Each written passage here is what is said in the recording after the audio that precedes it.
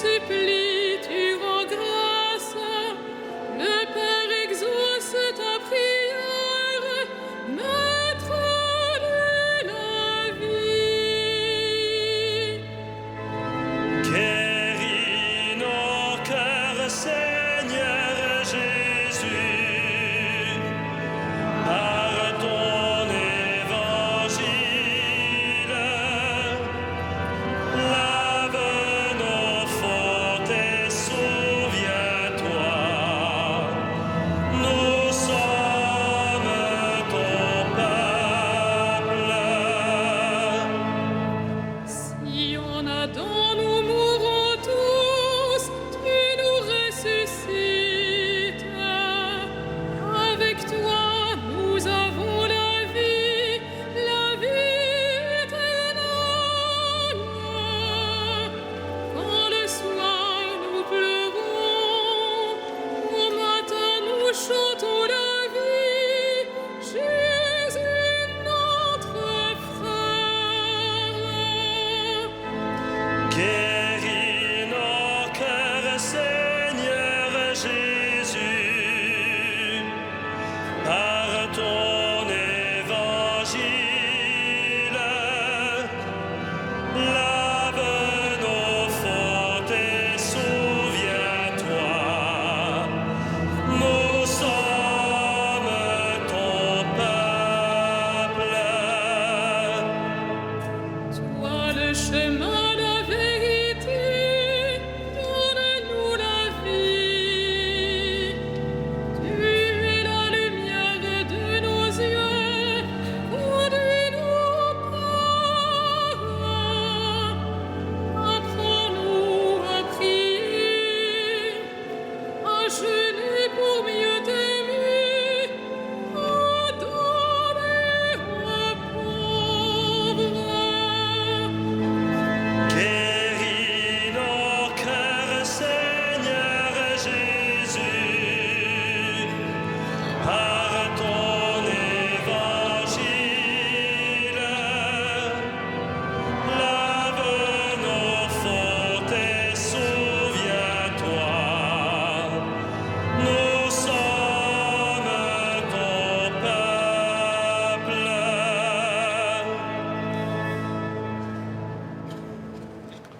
Au nom du Père et du Fils et du Saint-Esprit, la grâce de notre Seigneur Jésus-Christ, l'amour de Dieu le Père et la communion du Saint-Esprit soient toujours avec vous. Frères et sœurs unis dans cette cathédrale, avec tous ceux qui nous regardent par la télévision sur KTO Télévision ou qui nous écoutent grâce à Radio Notre-Dame, nous nous présentons sous le regard de Dieu avec confiance, en portant bien sûr dans notre prière particulièrement notre archevêque souffrant, que le Seigneur puisse venir accomplir en chacun de nous son amour et qu'il nous donne de témoigner au cœur du monde de sa présence. Au commencement de cette célébration, reconnaissons humblement que nous sommes pauvres et que nous sommes pécheurs. Je confesse à Dieu Tout-Puissant, je reconnais devant mes frères que j'ai péché en pensée, en parole, par action, par omission. Oui, j'ai vraiment péché. C'est pourquoi je supplie la Vierge Marie, les anges et tous les saints, et vous aussi mes frères, priez pour moi, le Seigneur notre Dieu. Et que Dieu Tout-Puissant nous fasse miséricorde, qu'il nous pardonne nos péchés, qu'il nous conduise à la vie éternelle.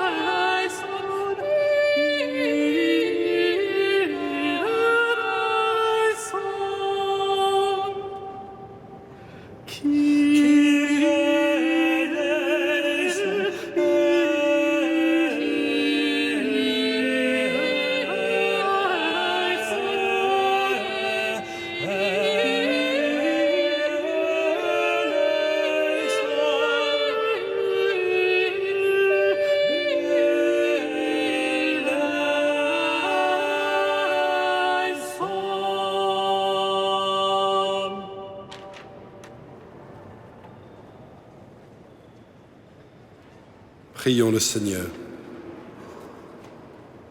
Seigneur, que ta grâce nous obtienne d'imiter avec joie la charité du Christ qui a donné sa vie par amour pour le monde, lui qui vit et règne avec toi dans l'unité du Saint-Esprit, maintenant et pour les siècles des siècles.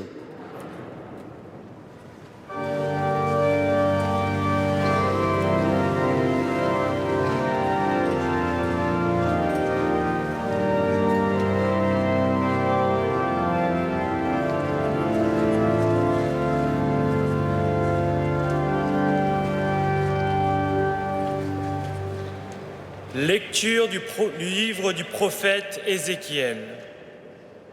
Ainsi parle le Seigneur Dieu. Je vais ouvrir vos tombeaux et je vous en ferai remonter, ô mon peuple, et je vous ramènerai sur la terre d'Israël.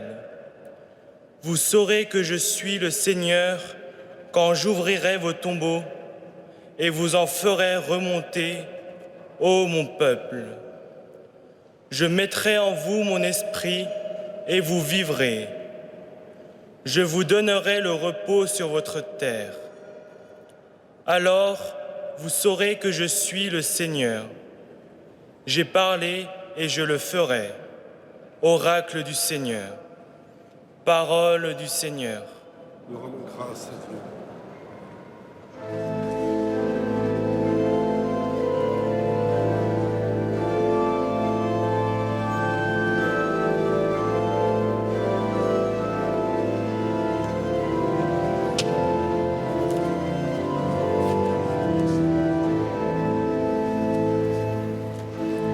Auprès du Seigneur et l'amour, près de lui le pardon, c'est lui qui délivre son peuple.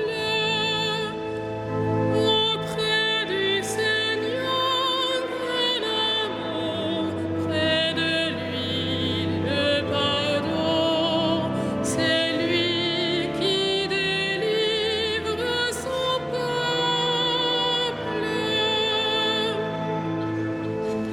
Des profondeurs, je crie vers toi, Seigneur. Seigneur, écoute mon appel. Que ton oreille se fasse attentive au cri de ma prière.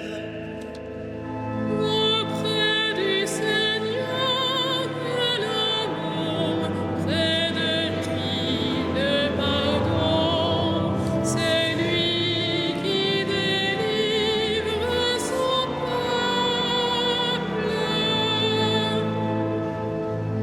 Si tu retiens les fautes, Seigneur, Seigneur qui subsistera, mais près de toi se trouve le pardon pour que l'homme te craigne.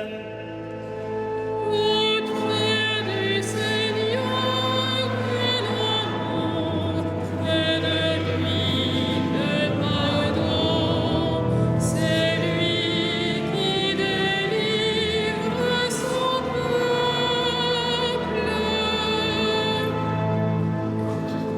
J'espère le Seigneur de toute mon âme. Je l'espère et j'attends sa parole. Mon âme attend le Seigneur, plus qu'un veilleur ne guette l'aurore. Auprès du Seigneur et l'amour, près de lui le pardon, c'est lui qui délivre son peuple.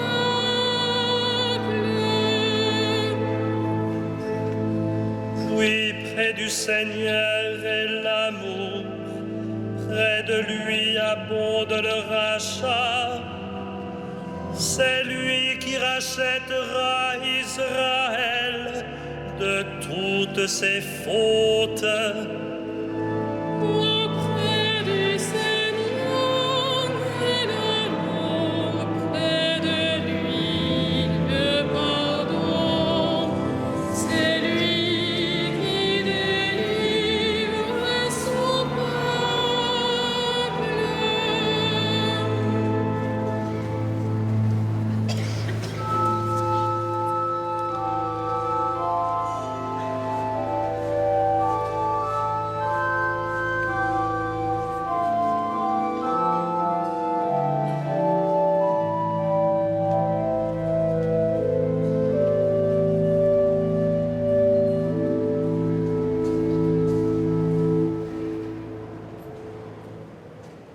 Lecture de la lettre de saint Paul apôtre aux Romains.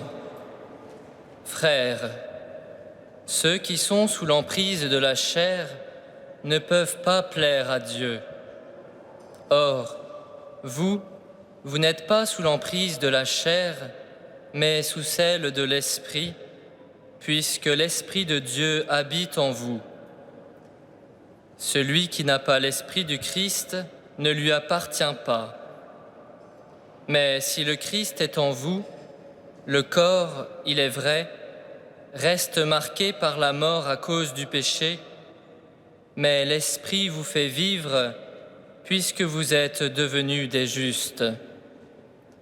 Et si l'Esprit de celui qui a ressuscité Jésus d'entre les morts habite en vous, celui qui a ressuscité Jésus, le Christ, d'entre les morts, donnera aussi la vie à vos corps mortels par son Esprit qui habite en vous. Parole du Seigneur.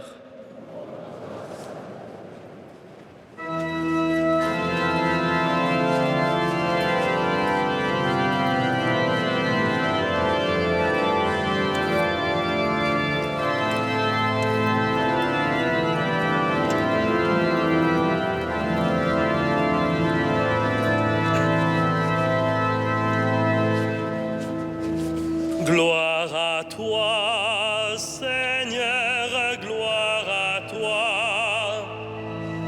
Gloire à toi, Seigneur, gloire à toi. Moi, je suis la résurrection et la vie, dit le Seigneur. Celui qui croit en moi ne mourra jamais. Gloire à toi, Seigneur, gloire à toi.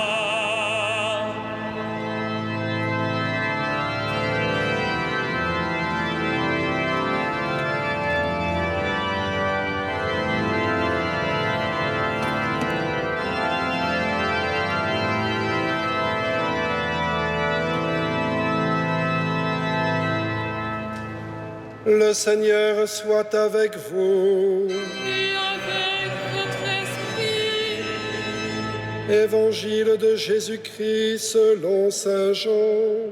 gloire à toi, Seigneur.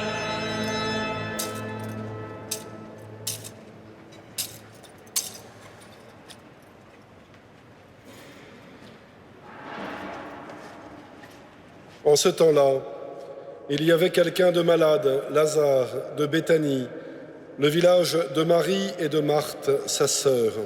Or, Marie était celle qui répandit du parfum sur le Seigneur et lui essuya les pieds avec ses cheveux. C'était son frère, Lazare, qui était malade.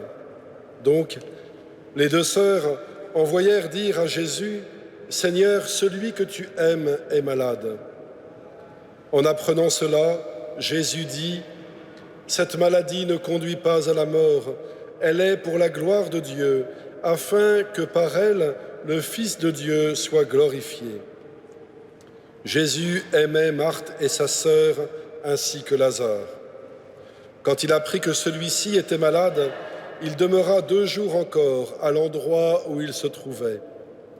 Puis, après cela, il dit aux disciples, « Revenons en Judée. » Les disciples lui dirent, « Rabbi, tout récemment les Juifs, là-bas, cherchaient à te lapider, et tu y retournes ?»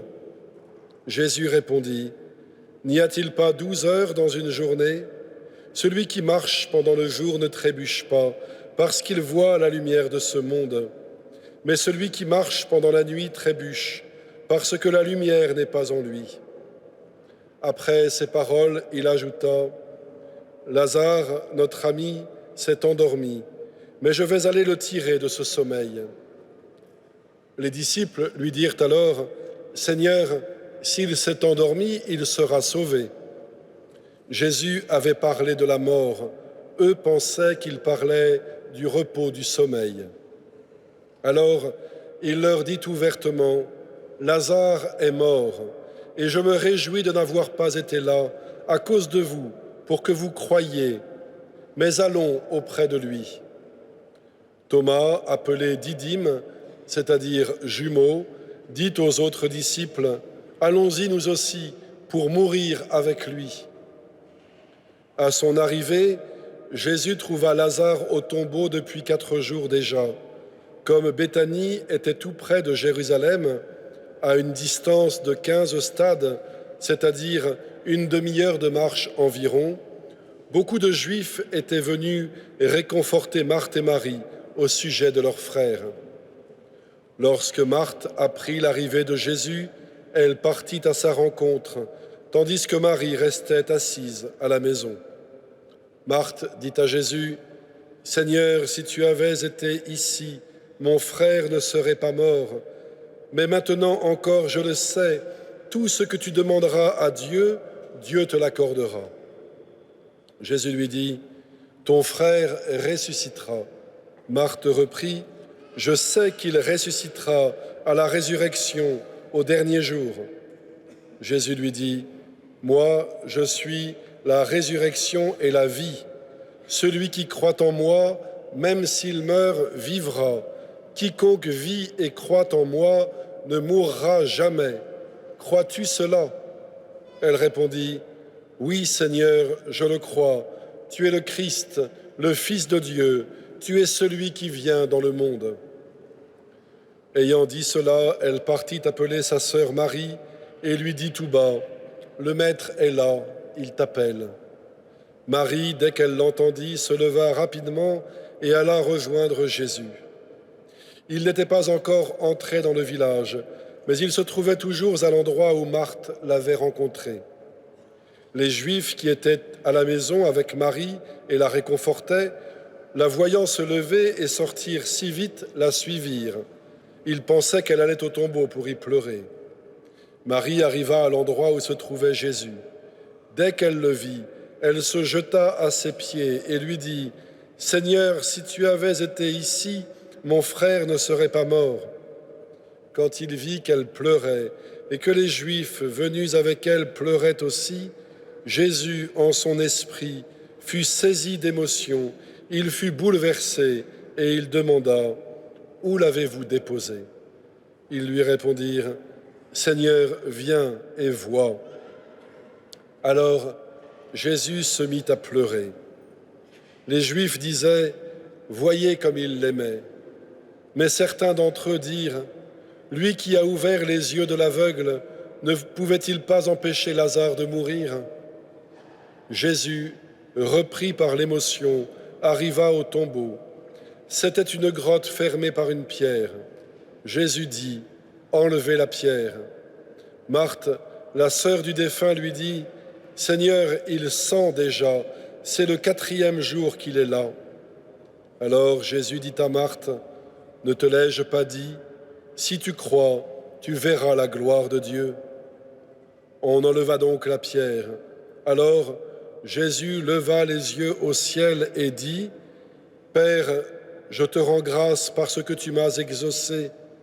Je le savais bien, moi, que tu m'exauces toujours, mais je le dis à cause de la foule qui m'entoure, afin qu'ils croient que c'est toi qui m'as envoyé. » Après cela, il cria d'une voix forte, « Lazare, viens dehors !»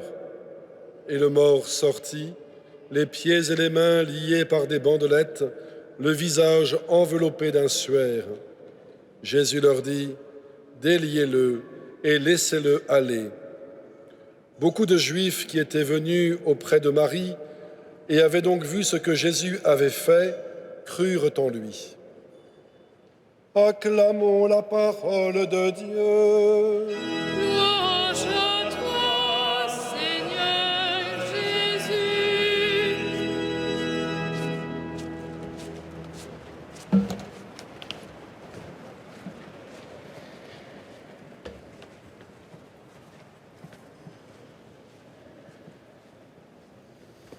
Qui nous délivrera? De tout temps, dans le cœur de chaque homme, la question jaillit. Face à l'épreuve, face au redoutable, même les plus braves vacillent. Il suffit, par exemple, de parcourir les couloirs des hôpitaux ou les salles des pas perdus de nos palais de justice, les antichambres des lieux dans lesquels se joue parfois la vie des hommes. Tout y transpire l'anxiété et l'attente. Attente d'un diagnostic, d'un jugement, d'un avis. Il est malade, il est condamné, il est exclu. La parole prononcée scelle alors l'existence. Désormais s'ouvre un après où le vivant devient moins vivant, où la liberté se réduit, où le temps est compté. Lorsque l'arrivée de Jésus est annoncée dans le village, il y a 3 jours déjà que Lazare est mort. 3 jours de larmes, de deuil, de froid intérieur. Pour Marthe, le décompte d'un nouveau rebours a déjà commencé. Il faut attendre le dernier jour pour que son frère ressuscite. Le dernier jour de quoi? Quel événement marquera le basculement d'un calendrier vers l'autre? Quel changement de lune permettra de savoir que ce temps est achevé et qu'un nouveau commence? Au commencement, Dieu créa le ciel et la terre était informe et vide, les ténèbres étaient au-dessus de l'abîme, le souffle de Dieu planait au-dessus des eaux. Dieu dit que la lumière soit, et la lumière fut. Pour nous qui sommes les 2 pieds sur la terre, nous savons bien que si le souffle de Dieu nous porte et nous ravive, les ténèbres toutefois nous attirent parfois. Et l'obscurité de la mort, son non-sens, éveille en nous effroi et crainte. Même les âmes apparemment guidées et gonflées par le souffle de l'esprit peuvent manquer de chavirer. L'imagination, écrivait André Gide, l'imagination défaille à être à l'excès surtendue. L'angoisse de l'inconnu suscite de multiples illusions qui bouleversent et qui minent. Alors, pour ceux qui voient partir l'être aimé, comme pour celui qui meurt, restent ces quelques mots que l'on se répète sans très bien comprendre toujours ce qu'ils signifient. J'attends le dernier jour. Ce dernier jour, chanté, nous l'avons entendu ce soir par le prophète Ézéchiel. Ainsi parle le Seigneur, je vais ouvrir vos tombeaux et je vous en ferai remonter, ô mon peuple. Mais du souffle de Dieu, ce souffle qui plane sur les eaux, nous dit le livre de la Genèse, de ce souffle-là, une parole se fait entendre. Que la lumière soit. Première parole divine prononcée. Et la lumière fut. Et ce fut le premier jour. Jésus dit à Marthe, lorsqu'elle professe sa foi dans le dernier jour à venir où son frère ressuscitera, Jésus dit donc à Marthe, « Je suis la résurrection et la vie. Celui qui croit en moi, même s'il meurt, vivra. Quiconque vit et croit en moi ne mourra jamais. » Voici que celle qui se résignait à attendre le dernier jour est appelée à reconnaître qu'un jour nouveau arrive, le premier jour de la vie nouvelle. La résurrection de Lazare manifeste pour tout homme une nouveauté radicale qui s'accomplira dans notre histoire quelques jours plus tard sur le Golgotha. Jésus est la lumière envoyée par le Père pour ouvrir un jour nouveau, un jour sans fin, un jour éternel, un jour qui ne se décompte plus. Certes, cela ne nous dispense pas encore d'éprouver le vieillissement de nos corps et les affres de la maladie, ni de couler les larmes de nos chagrins et de nos deuils. Si cette lumière ne règne pas encore totalement sur nos vies, elle ne l'éclaire pas moins. Crois-tu cela? Crois-tu cela? La question de Jésus renvoie Marthe à son intime, au secret de son cœur. Elle peut choisir sa réponse. Son ami ne cessera pas pour autant de l'aimer. Mais de cette réponse dépend sa vie à elle. Elle doit choisir la source de son salut. Qui la tirera de la détresse et des ténèbres de la mort? Qui lui fera reconnaître la lumière véritable? Quelles paroles écouter? Quel maître choisir? Auprès du tombeau de son frère, Marthe va choisir et entraîner à sa suite sa sœur, permettant l'exaucement de leurs prières. Souvent, frères et sœurs, nous déployons des efforts insensés pour protéger nos vies de ce qui les agresse. Nos peurs guident nos actions. Peur de la maladie, peur de l'autre, peur de perdre ce que nous avons accumulé, peur de perdre ceux que nous aimons. Ces peurs épuisent nos cœurs. Comme le peuple d'Israël sent son cœur fondre en lui devant les ennemis. Ils sont trop nombreux, trop puissants, trop armés. La solution ne serait-elle pas finalement de rendre les armes, de baisser les bras, de se contenter de survivre au mieux? Qui nous délivrera? Les montagnes fondent comme la cire devant le Seigneur, dit le psaume. Rien ne résiste à son amour. C'est la lumière de la foi véritable en Jésus-Christ, reçue au jour de notre baptême, qui, comme l'écrit Paul aux chrétiens de Rome, fait de nous des êtres sous l'emprise de l'esprit et non plus de la chair. Ce que nos corps redoutent comme anéantissement, notre esprit ne le craint pas. Au fond de nous, l'esprit suscite cette prière. Viens, Seigneur Jésus. Certes, cet appel, il nous est difficile de le laisser librement résonner en nos vies. Il est bien là, cependant, ne le contenons pas. Nous sommes les porteurs de ce jour nouveau, puisqu'en nous, comme l'écrit Paul, l'esprit de celui qui a ressuscité Jésus d'entre les morts donnera aussi la vie à vos corps mortels par son esprit qui habite en vous. Ces paroles de l'apôtre ne sont pas simplement les gages d'une promesse à venir, d'un jour à attendre. Elles se réalisent en chacun aujourd'hui. Dans toutes les églises où cheminent des catéchumènes vers le baptême, la liturgie de ce dimanche invite à ouvrir la célébration par cette prière. Seigneur, donne à ceux que tu as appelés au baptême la connaissance des mystères du salut, pour qu'ils puissent renaître de l'eau et de l'esprit et fassent partie de ton Église. Oui, que le Seigneur donne à chacun de ceux qui l'agrègent à l'Église, en commençant par nous-mêmes, la reconnaissance de ce don déposé en nos vies et qu'il nous donne d'être porteurs de son jour pour notre monde.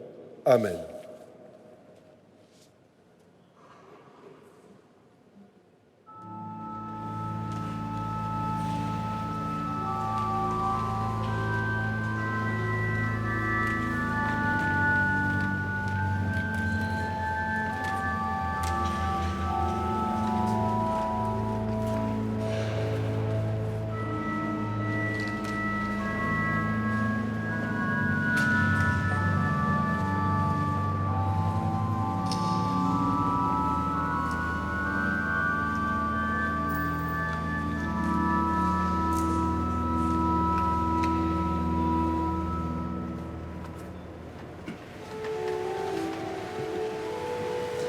Credo in unum Deum, Patrem omnipotens,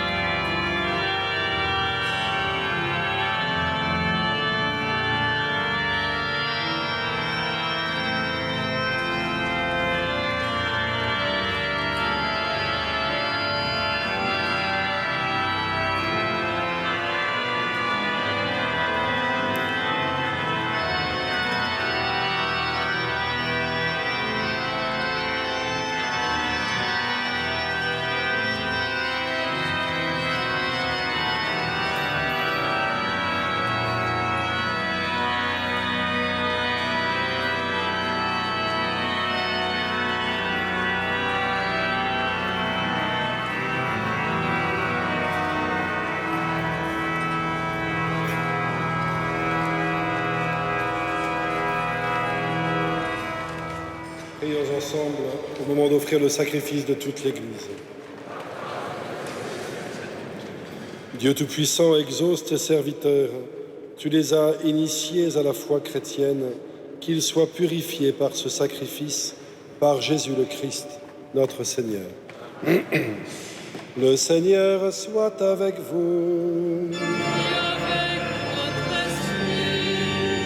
Élevons notre cœur. Rendons grâce au Seigneur notre Dieu.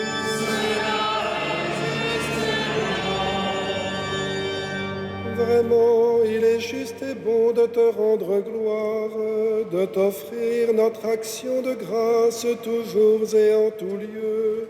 À toi, Père très saint, Dieu éternel et tout-puissant, par le Christ notre Seigneur.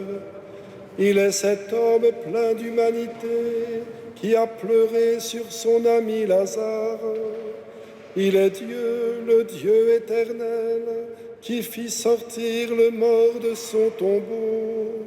Ainsi, dans sa tendresse pour tous les hommes, il nous conduit, par les mystères de sa Pâque, jusqu'à la vie nouvelle. C'est par lui que les anges assemblés devant toi adorent ta sainteté. Laisse donc nos voix se joindre à leur louange pour chanter et proclamer. Saint, Saint, Saint le Seigneur, Dieu de l'univers, le ciel et la terre sont remplis de ta gloire. Hosanna au plus haut des cieux, béni soit celui qui vient au nom du Seigneur. Hosanna au plus haut des cieux. Toi qui es vraiment saint, toi qui es la source de toute sainteté, nous voici rassemblés devant toi et dans la communion de toute l'Église, en ce premier jour de la semaine, nous célébrons le jour où le Christ est ressuscité d'entre les morts. Par lui que tu as élevé à ta droite, Dieu notre Père, nous te prions. Sanctifie ces offrandes en répandant sur elles ton esprit, qu'elles deviennent pour nous le corps et le sang de Jésus le Christ, notre Seigneur. Au moment d'être livré et d'entrer librement dans sa passion, il prit le pain, il rendit grâce, il le rompit et le donna à ses disciples en disant : « Prenez et mangez-en tous, ceci est mon corps livré pour vous. »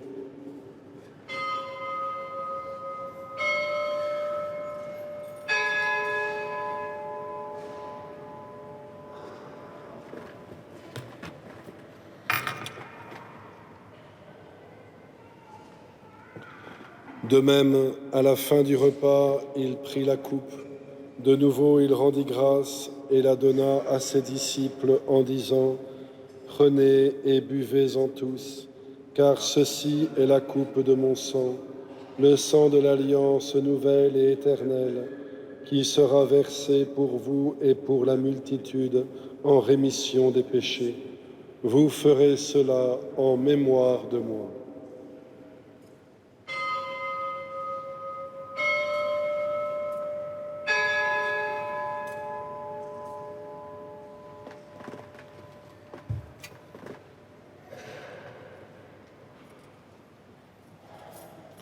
Il est grand le mystère de la foi.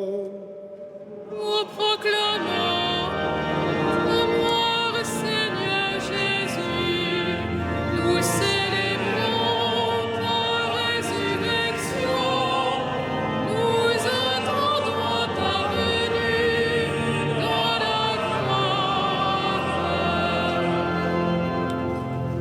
Faisant ici mémoire de la mort et de la résurrection de ton Fils, nous t'offrons, Seigneur, le pain de la vie et la coupe du salut, et nous te rendons grâce, car tu nous as choisis pour servir en ta présence.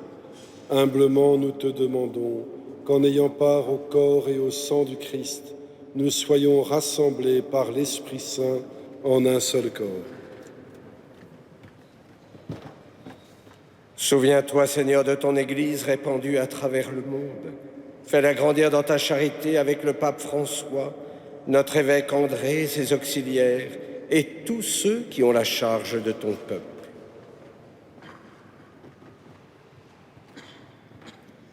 Souviens-toi aussi de nos frères qui se sont endormis dans l'espérance de la résurrection et de tous les hommes qui ont quitté cette vie.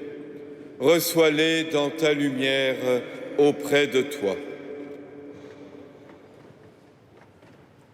Sur nous tous, enfin, nous implorons ta bonté. Permets qu'avec la Vierge Marie, la bienheureuse Mère de Dieu, avec Saint Joseph, son époux, les apôtres et les saints de tous les temps qui ont vécu dans ton amitié, nous ayons part à la vie éternelle et que nous chantions ta louange par Jésus-Christ, ton Fils bien-aimé.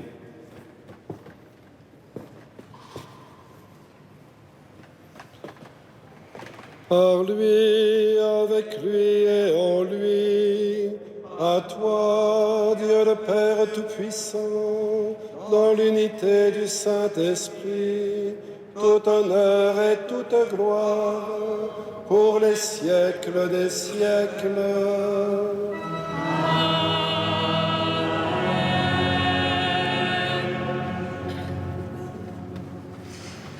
Unis dans le même esprit, nous pouvons dire avec confiance la prière que nous avons reçue du Sauveur. Notre Père, qui es aux cieux, que ton nom soit sanctifié, que ton règne vienne, que ta volonté soit faite sur la terre comme au ciel. Donne-nous aujourd'hui notre pain de ce jour. Pardonne-nous nos offenses, comme nous pardonnons aussi à ceux qui nous ont offensés. Et ne nous soumets pas à la tentation, mais délivre-nous du mal. Délivre-nous de tout mal, Seigneur, et donne la paix à notre temps. Par ta miséricorde, rends-nous libres devant le péché, rassure-nous devant les épreuves. En cette vie où nous espérons le bonheur que tu promets, l'avènement de Jésus-Christ, notre Sauveur.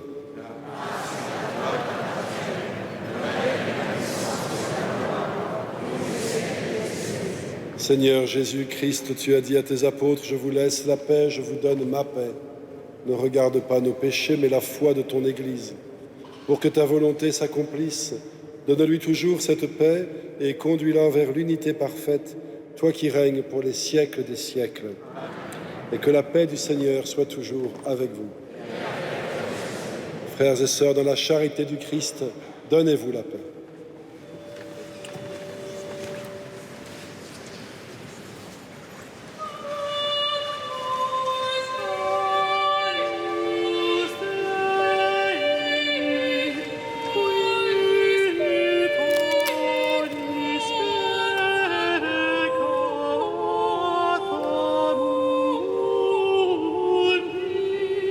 Miserere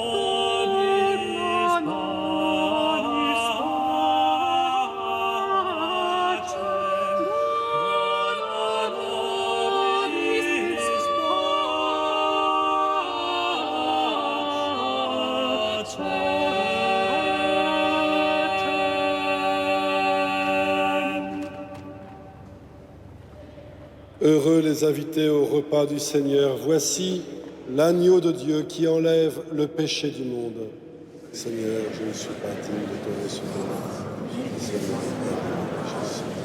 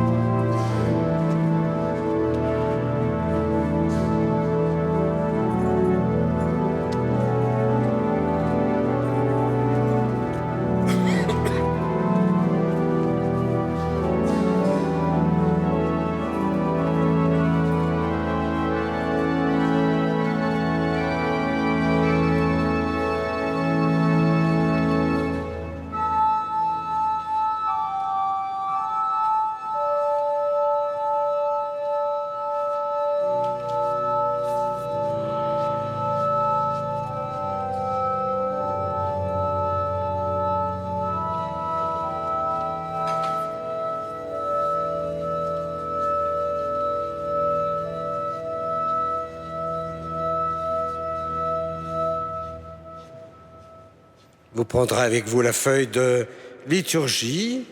Vous regarderez à la 4e page.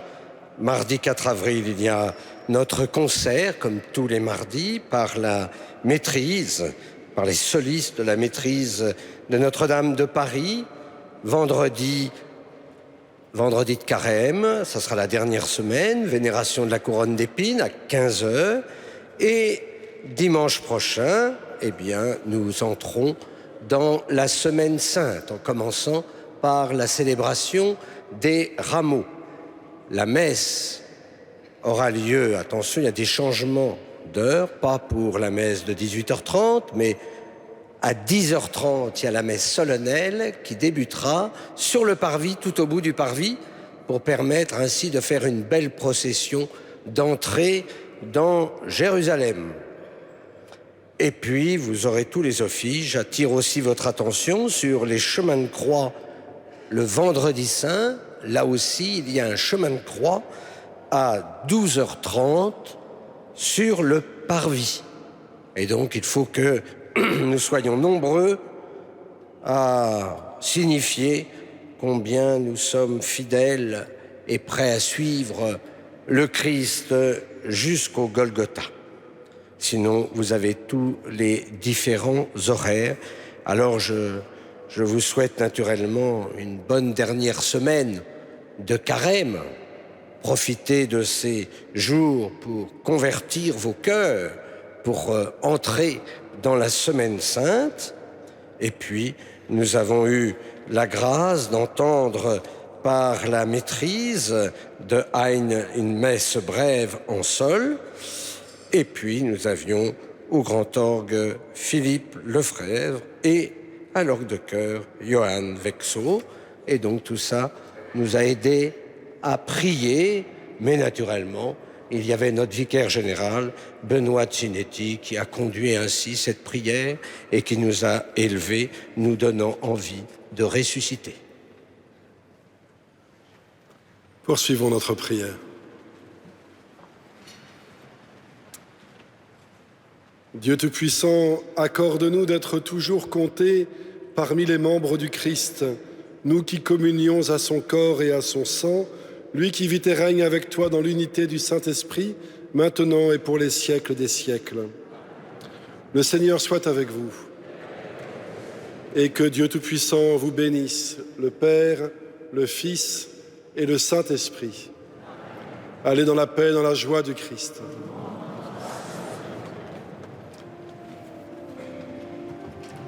Ave Regina Caelorum.